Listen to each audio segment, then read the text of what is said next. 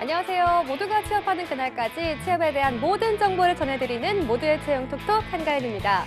오늘은 H&E 현대그룹의 채용 소식으로 문을 열겠습니다. 꽤나 많은 기업이 준비되어 있습니다.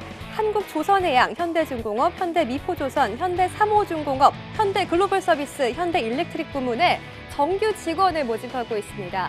온라인을 통해서 입사 지원이 가능하고요. 마감은 2023년 3월 31일 오후 3시까지입니다. 자세한 내용은 홈페이지를 참고하시기 바랍니다. 그럼 모두의 채용 톡톡 오늘도 힘차게 시작해 보겠습니다. 전국 일자리 톡톡 첫 번째 코너입니다.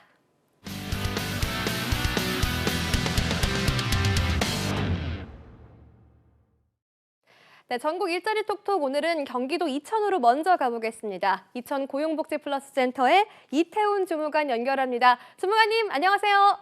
네, 안녕하세요. 이천 고용복지플러스센터 주무관 이태훈입니다. 네, 오늘은 어떤 채용 소식 준비하셨나요?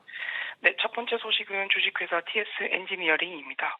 근무 예정지는 이천시 부발읍으로 이천 SK 하이닉스 내에서 근무하게 되며 경강선 부발역 인근에 위치하고 있습니다.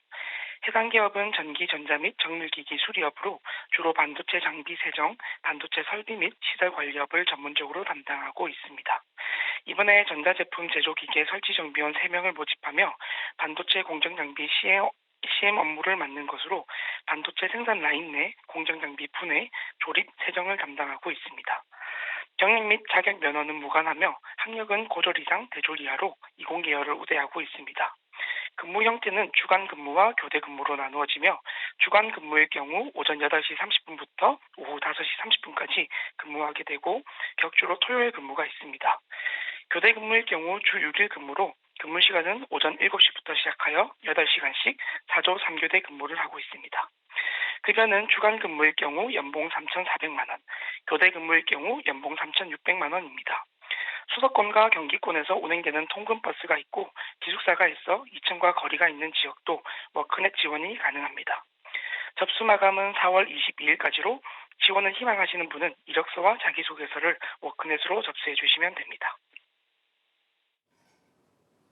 네, 주식회사 TS 엔지니어링 전자제품 제조기계 설치 정비원 3명을 모집하는 공고였습니다. 이공계열을 우대하고 또 주간 근무와 교대 근무로 나누어진다고 하네요. 관심 있으신 분들은 지원해 보시면 좋겠습니다. 다음 소식도 들어볼까요? 네, 다음 소식은 농업회사 법인 정진 FPC로 근무 예정지는 이천시 부발읍입니다. 기타 과실 채소 가공 및 저장 처리 기업으로 이번에 농업 단순 종사원 20여 명을 뽑고 있습니다. 담당 업무는 대형마트에서 납품되는 샐러드나 과일을 소포장 생산하는 업무로 학력 및 경력은 무관합니다.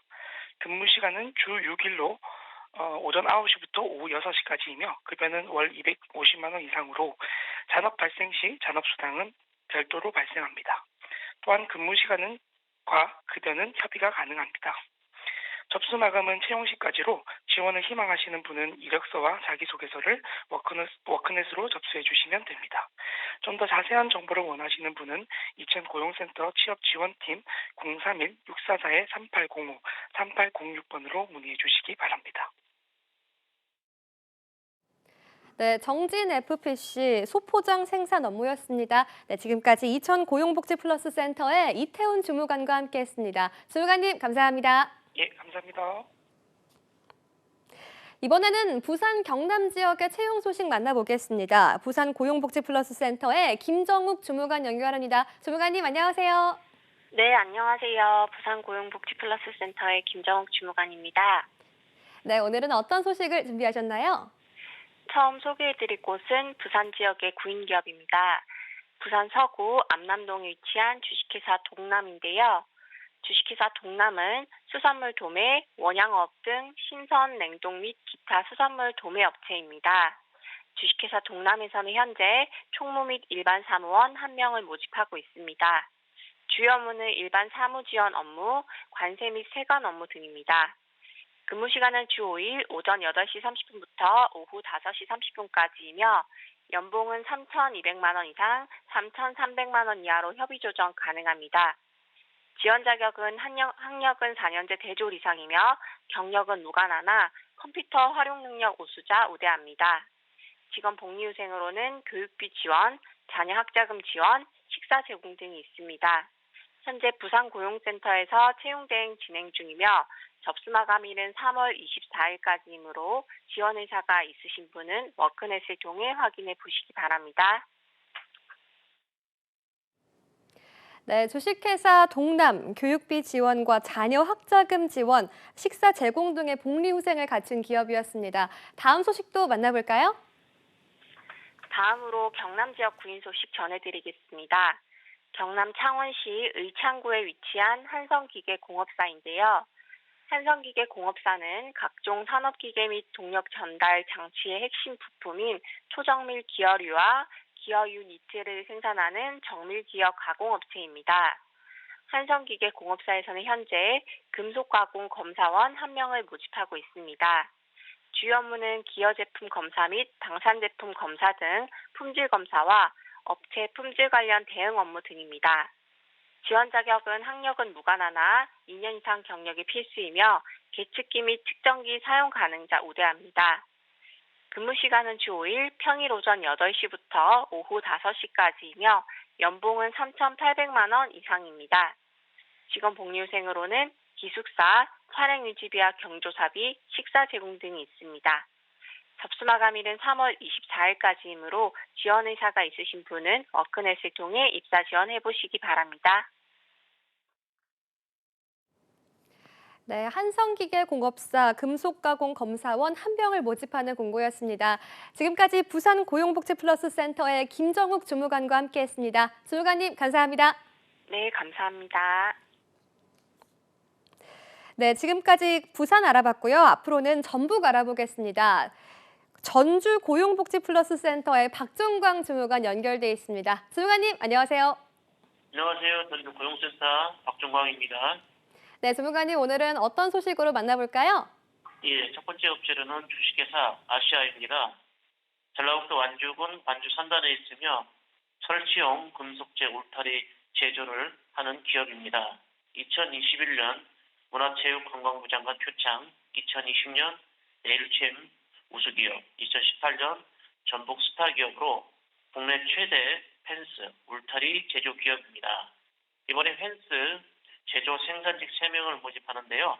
학력과 경력은 무관하고 임금은 시급 11,130원이며 잔업, 특급 포함하여 연 3,900만 원 이상입니다.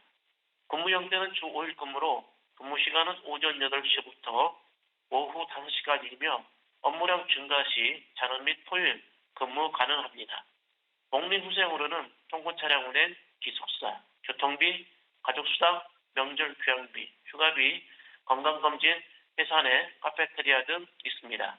입사를 희망하시는 분은 4월 23일까지 워크넷 채용 공고를 확인 후 이력서, 자기소개서를 워크넷으로 입사 지원해 주시기 바랍니다. 네, 완주에 위치한 주식회사 아시아 펜스 제조 생산직 3명을 모집하는 공고였습니다. 다음 소식도 들려주시죠. 네, 다음 소개해드릴 채용 정보는 주식회사 하림 정읍공장입니다. 전라북도 정읍시에 소재하고 있으며 육개 제품 및 육개 가공품을 생산하는 국내 1류 닭고기 기업입니다. 닭, 도개, 발골, 검수 생산직 10명을 채용하는데요. 학력과 경력은 무관하고 급여는 시급으로 9,680원이며 협의 가능합니다. 상여금은 400%가 있습니다. 월요일에서 토요일까지 주간 근무이며 오전 8시부터 오후 5시까지이며 단합에 따라 1시간 이내 연장 근무 가능합니다. 복지제도로는 똥공버스 제공, 교육비 지원, 자녀 학자금 지원, 직원 대출 제도 등이 있습니다. 취업을 희망하시는 분은 3월 31일까지 이력서를 정읍고용복지플러스센터에 제출해 주시기 바랍니다. 네, 주식회사 하림 정읍공장의 모집 공고였습니다. 지금까지 전주 고용복지플러스 센터의 박종광 주무관과 함께했습니다. 주무관님 감사합니다. 네, 고맙습니다. 네, 지금까지 전국 일자리 톡톡 함께하셨고요. 이어서 나만 알고 싶은 취업 전략을 만나보는 시간 비밀노트 톡톡이 이어지겠습니다. 톡톡!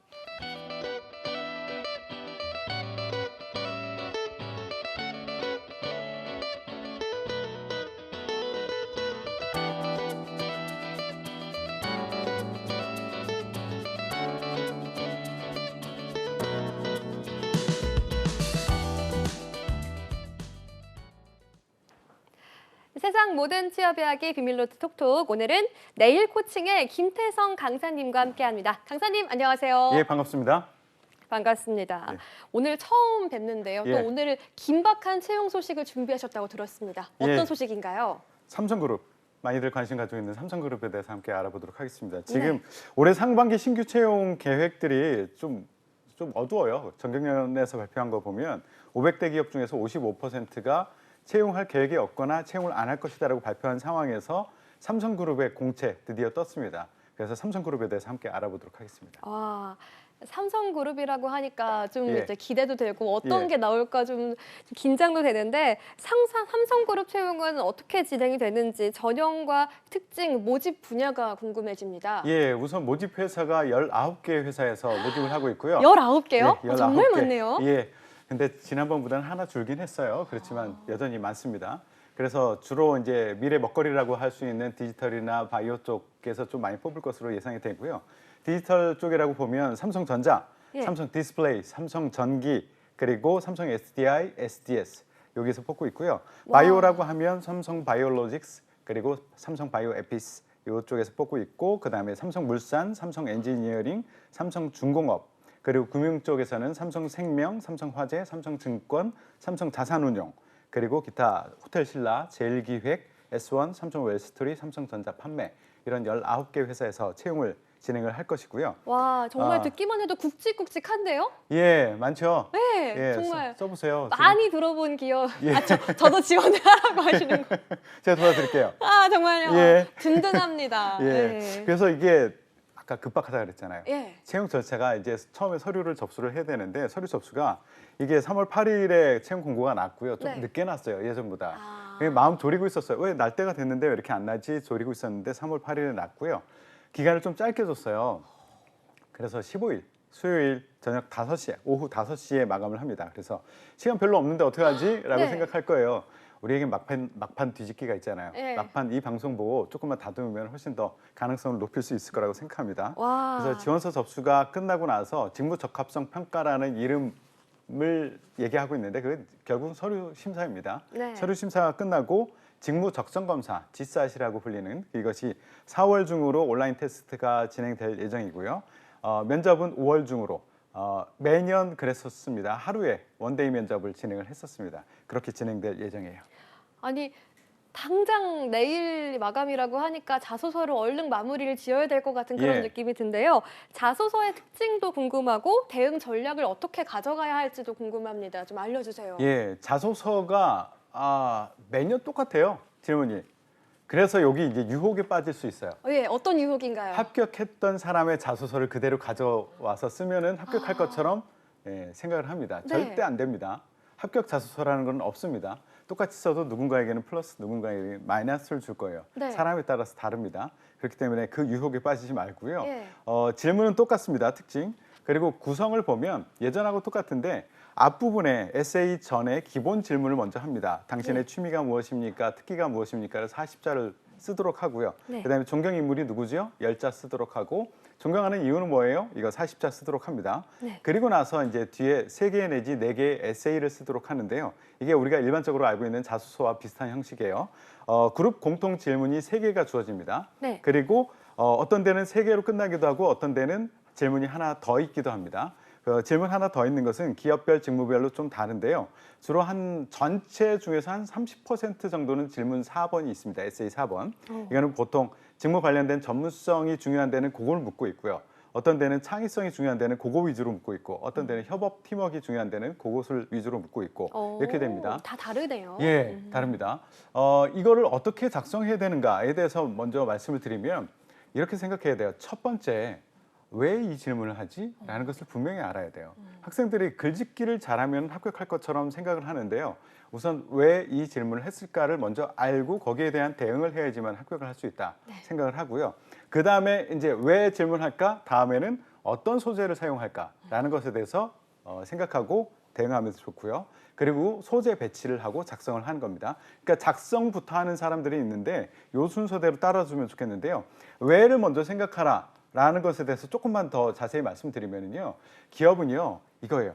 그 예전에는 베스트 피플 뽑으려고 노력했습니다. 최고의 사람 뽑고 싶어요, 그냥. 네. 그래서 스펙을 상당히 중요시 여겼고 글 잘 쓰는 사람이면 더 좋았고 했었는데 이제는 베스트가 아니라 right people 뽑는다라고 우리는 생각합니다. 그래서 우리 채용팀 내부에서는 이 채용 전형을 fit test라는 표현까지 써요. 그러니까 누가 훌륭한가가 아니라 누가 우리가 세운 그 기준에 일치하는가를 보는 것이다.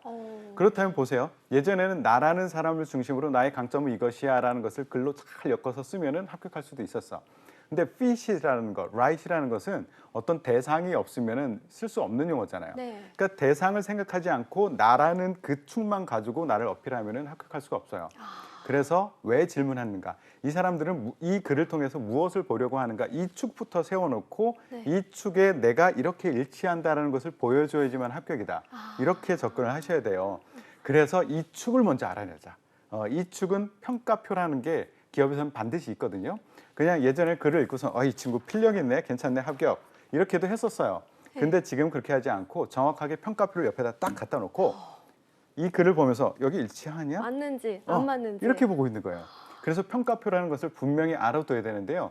평가표 여러분들 어떻게 만드느냐면 기업에서 기업의 인재상과 직무 역량을 가지고 거기서 키워드를 뽑아서 만들어냅니다. 예, 여러분들도 만들어낼 수 있어요. 지금서부터 만드세요. 라고 하면 시간이 없는데 라고 할 거예요. 제가 떠먹여 드릴게요. 우와. 적으세요. 예. 첫 번째, 비즈니스와 직무에 대한 이해. 이게 평가표 항목으로 들어가 있고요. 네. 그리고 도전 열정이라는 평가표, 평가항목, 그다음에 창의 혁신, 그다음에 소통 협업, 그다음에 직무에 대한 전문성. 요 평가 항목을 가지고 여러분들 글을 읽고 있을 거예요. 그러니까 이 축을 딱 세워놓고 나라는 사람이 여기 일치한다는 걸 보여주기 위한 이제 소재를 찾아내야 돼요. 그러니까 나의 강점을 무조건 나 미국에서 1년, 뭐 일본에서 3년 살면서 글로벌 역량을 갖췄어. 훌륭하다. 너 훌륭해. 하지만 점수표에 없는데 없잖아요. 그러니까 훌륭하지만 탈락하는 경우가 생긴다는 거죠. 아쉬울 수 있겠네요. 그렇죠. 와, 그래서 너무 일치하는 아쉽다. 것을 보여주기 네. 위해서는 평가 기준을 세워놓고 나라는 사람의 이 연결될 수 있는 소재를 골라내서 연결시켜주는 작업. 그러기 위해서는 소재 선택이 매우 중요하다. 이 평가 항목과 관련된 소재 선택을 먼저 하자. 그리고 나서 이제 배치를 하는 거예요. 이 각각을 1번에다 배치할까, 2번에다 배치할까, 3번에다 배치할까. 네. 그런 것을 고민하고 작성을 시작을 해야 됩니다. 다시 한번 강조합니다. 이 소재를 선택하고 배치하는 것까지가 네. 합격의 80%를 좌우한다고 보시면 돼요. 와. 그다음에 글을 어떻게 쓰는가, 기술적으로 어떻게 글을 잘 써내려가는가, 이거 20% 남짓이라고 보면 돼요. 그래서 이 준비 과정을 반드시 거치고 나서 자소서를 쓰기 시작하십시오. 와, 오늘 말씀에 정말 핵심적인 부분이 나온 것 같아서 지금 보시는 분들은 다시 보기로 네. 일시정지 해놓고서 평가표 이렇게 쓰셔가지고 그렇죠. 좀 정리를 하셔가지고 봐야 할 것 같습니다. 예, 제가 떠먹여 드렸잖아요. 평가표 다 항목 알려드렸잖아요. 대박. 그렇죠? 네, 정말 오늘 많은 정보를 알아갑니다. 예. 네. 지금 말씀해주신 부분 중에 첫 번째가 이걸 왜 질문할까라는 생각을 먼저 해라라고 말씀을 해주셨었어요. 그러면 저는 궁금해지는 게 있는데요. 지금 취미 특기, 존경 인물, 존경 이유 등등 되게 짧게 작성하는 어떻게 보면은 그 이름이 길면 10자 안에 다 안 들어갈 수도 있습니다. 그렇죠. 되게 짧게 작성하는 질문들이 있는데 이거는 왜 물어보고 또 어떤 것들을 알아가려고 하는 걸까요? 그렇죠. 이거에 대한 고민을 오랫동안 하는 친구들이 있는데 여기에 시간을 많이 안 들였으면 좋겠어요. 우리가 취미를 물었어요. 우리 그 한가연 아나운서는 취미가 뭐예요? 전 등산 가는 걸 좋아합니다. 등산이요? 예. 저는 아이스하키가 취미인데요. 등산이기 때문에 마이너스, 아이스하키이기 때문에 플러스. 자, 어때요? 왜죠? 왜 제가 마이너스? 말도 안 되죠. 네. 말도 안 되죠. 네. 예, 존경하는 인물이 누구세요? 존경하는 인물 따로 없어요. 따로 없어요? 생각해봐야 돼요. 생각해봐야 되죠. 네. 마이너스. 나는 김구 선생님을 존경하니까 저는 플러스. 예. 어때요? 약간 예. 말이 안 되죠? 네. 예. 이거 왜 고민하고 있느냐 이거죠. 이거는요. 이거 그 답변 자체로 평가하지 않습니다. 여기 시간을 많이 들이지 마십시오. 다만 상식적으로 생각하는 거죠. 반사회적인 사람을 존경하지 않는 한 내가 어떻게 써도 상관이 없다예요. 다만 이거는 면접에 미끼다. 면접에서 분위기를 부드럽게 가져가기 위한 시작점이 될 것이다. 그렇기 때문에 진짜 본인이 하고 있는 취미 특기, 진짜 본인이 존경하는 사람을 써주시면 돼요. 면접에서 이걸 가지고 왜 존경합니까? 그래, 그 사람은 어떤 생애를 살았습니까? 이렇게 이어져 나갈 수가 있거든요. 근데 일부러 멋있는 사람 써야 될 것 같거든. 네. 이게. 그러다 보면 그 다음 질문에 대응을 못해서 오히려 면접을 망치는 경우가 있으니까요. 예, 그냥 솔직하게 쓰십시오. 그럴 수 있겠네요. 백범 김구 선생님 존경하지만 잘 모를 수 있잖아요. 예, 근데 그래놓고- 가장 존경하는 인물로 김구 쌤 썼다가 그렇죠. 물어보시면은 그렇죠. 난감할 수도 있겠네요. 예, 백범일지 읽어봤습니까? 막 이런 후속 질문을 할 수 있어요. 그러면 안 되겠죠. 네. 멋있는 사람 쓰려고, 멋있는 취미 특기를 쓰려고 노력하지 말고 본인의 진짜 이야기 쓰세요. 저 유튜브 봅니다. 라고 해도 상관없어요. 아. 그럼 유튜브 뭐 보세요? 라고 물으면 자연스럽게 이야기를 끌어나갈 수 있는 거죠. 아, 네, 좋습니다. 그렇다면 이제 본격적으로 에세이 작성 전략부터 살펴보겠습니다. 에세이 첫 번째 문항은 삼성전자를 지원한 이유와 입사 후 회사에서 이루고 싶은 꿈을 기술하는 문항이었습니다. 총 700자 문항인데요. 이거 어떻게 작성하면 좋을까요? 정말 기본적인 문항이잖아요. 예, 모든 기업들이 주로 묻고 있죠. 이거는 우리는 항상 평가 항목이라는 것을 먼저 정해놓고 해야 돼요. 이거 왜 질문할까? 아까 앞에서 말씀드렸잖아요. 네. 왜 질문할까? 그냥 글 잘 쓰는지 보고 싶어서? 아니에요. 이거는 평가 항목이 뭐냐면 예. 비즈니스와 직무에 대한 이해도가 얼만큼 있는가라는 것을 평가합니다. 그렇다면 이 회사에 왜 질문했느냐라는 것에 대해서 보통 나는 어렸을 때부터 여기에 이렇게 관심을 가지고 있고 이런 기회를 통해서 어떤 계기를 통해서 이렇게 지원했고 나는 어떤 것을 해낼 수 있는 능력이 있고 이렇게 쭉 이어서 많이들 쓰는데 예. 자 우리가 평가하는 항목이 비즈니스와 직무에 대한 이해란 말이에요. 네. 그럼 이 회사가 이 직무가 어떤 일을 하는 것인지 자체가 들어가 있지 않으면 점수를 못 받는다는 얘기예요. 그래서 우선 평가 항목을 먼저 생각을 하고 비즈니스와 직무에 대한 이해 그것을 가지고 그 조사한 내용을 여기다 넣어줘야 된다는 거예요. 그럼 어디서 이 자료를 찾느냐? 많이들 뉴스를 검색하고 회사 홈페이지를 봅니다. 이것부터 보지 마십시오, 제발. 먼저 봐야 될 게 꼭 있어요. 지금 홈페이지 봤다가 깜짝 놀랐어요. 지금 그 보는 생각하고 있다가 그죠? 이거부터 보는 게 아니었어요? 절대 그렇게 하면 안 돼요. 우리 보세요. 우리 뉴스나 홈페이지 이런 데 보면 우리가 크게 비즈니스를 하고 안정적인 비즈니스를 하는 그 주요 사업 영역에 대해서는 네. 그게 기사거리를 크게 내지는 않습니다. 지금 뭔가 키우고 싶은 것, 아직은 작지만 키우고 싶은 것, 뭔가 생각보다 잘 안 되고 있는 것, 이것을 막 부각시키고 싶어 해요. 그러다 보면 뉴스는 우리의 주요 비즈니스보다는 그런 쪽에 집중이 돼서 많이 나가거든요. 그래서 우리 회사의 비즈니스를 정확하게 객관적으로 밸런스를 맞춰서 알 수 있는 그 자료를 먼저 보셔야 돼요. 근데 매우 재미없는 자료예요. 그게 뭐냐? 분기보고서. 예, 분기보고서라는 게 있거든요. 네. 여러분들 전자공시 시스템이라는 곳에 가면 회사 이름 치면 나와요. 거기 보면 전체 막 400~500페이지짜리 있거든요. 아, 예. 텍스트로 가득 차 있어요. 막 재무제표도 가득 차 있어. 이것까지 보라고 하면은 다들 욕할 거예요. 이거 언제 보라고? 그럼 여기서 이제 2번 목차에서 2번 사업의 내용이라는 부분을 집중적으로 보시면 중요한 정보들이 다 나와 있고요. 여기와 더불어서 지속 가능 경영 보고서라는 게 있습니다. 거기 가보면 살짝 그 분기보고서보다는 그래픽화가 돼 있어서 읽기가 좋게 나와 있는 거 있어요. 그 부분에 사업에 대한 부분만 전체 이것도 400~500페이지 되는데요. 앞에 사업 내용에 대한 이야기를 보면 한 10페이지 이내가 될 거예요. 그 부분만 좀 보세요. 여기서 기업에 대한 정보를 뽑아내서 그리고 글의 구조는 어떻게 가져가느냐. 나는 기업을 선택할 때 이런 기준으로 선택해. A, B라는 기준이 있어 라고 놓고 A라는 기준에 대해서 내가 기업 조사한 내용을 가지고 A 기준에 대해서 내가 이렇게 조사해 본 바로는 이렇게 일치해. 이 회사가 내가 지원한 회사가 이렇게 일치해. 그래서 내가 지원했어. 그리고 두 번째는 내가 그동안 해왔던 공부나 경험 이게 여기에 이 회사에서 이렇게 기여할 수 있어. 이런 식으로 이야기를 끌고 나가주면 탄탄하게 자소서가 될 겁니다. 와, 오늘 정말 귀중한 이야기들을 많이 들어갑니다. 네. 근데 정말 많이 듣고 싶은데 남은 시간이 부족한 게 그렇죠. 정말 이거 어떻게 하지? 아쉬워요. 예. 얼른 2번으로 한번 가보겠습니다. 네, 2번 문항. 본인의 성장 과정을 간략히 기술하되 현재 자신에게 가장 큰 영향을 끼친 사건, 인물 등을 포함해서 기술하시기 바랍니다. 작품 속 가상 인물도 가능하다고 써 있네요. 예. 1500자 문항입니다. 예. 이것은요. 맨 나중에 쓰세요.